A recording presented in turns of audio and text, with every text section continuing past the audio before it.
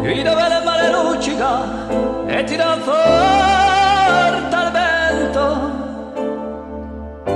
su una vecchia terrazza davanti al golfo di Sorrento. Un uomo abbraccia una ragazza dopo che aveva pianto, poi si schiarisce la voce e ricomincia il canto.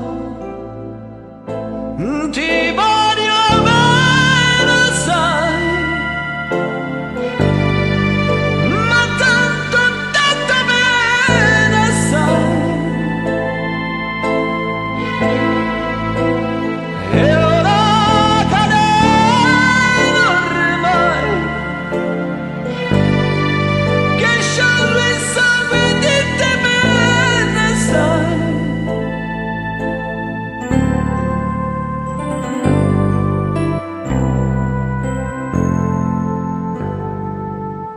Vide la luce in mezzo al mare, pensò alle notte là in America, ma erano solo le lampare e la bianca scia di un'elica. Sentì un dolore nella musica, si alzò dal piano forte, ma quando vide la luna uscire da una nuvola, gli sembrò più dolce anche la morte.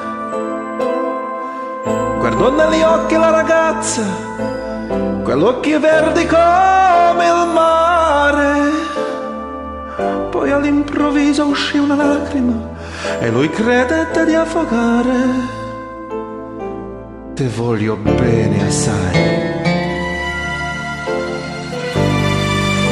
ma tanto, tanto bene sai. È una catena ormai che scioglie il sangue di te bene sai.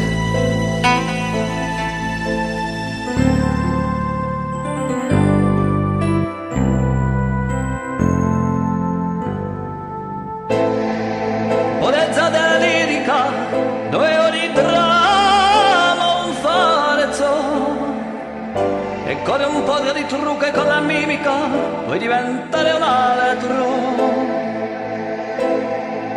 Ma due occhi che ti guardano così vicini e veri, ti fanno scordare le parole, confondono i pensieri.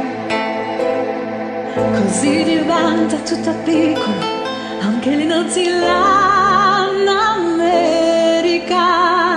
Ti vola, ti vedi la tua vita come la bianca scia d'un'elica.